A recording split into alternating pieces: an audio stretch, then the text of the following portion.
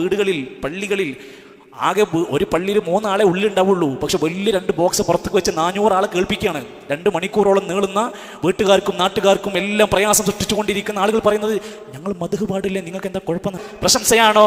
അബ്ദുകൽ മിസ്കീനു യർജു ഫദ്ലകൽ ജമ്മൽ ഗഫീറു. നബിയേ, നിങ്ങൾ ആരാന്നറിയുമോ?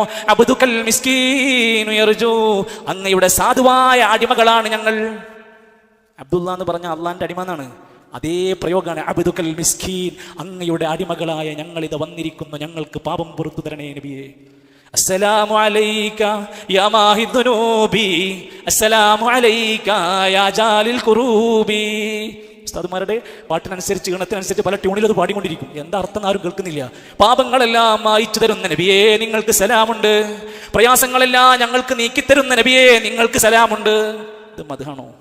അത് നബി തങ്ങളെക്കുറിച്ച് നബി പഠിപ്പിച്ചതാണോ?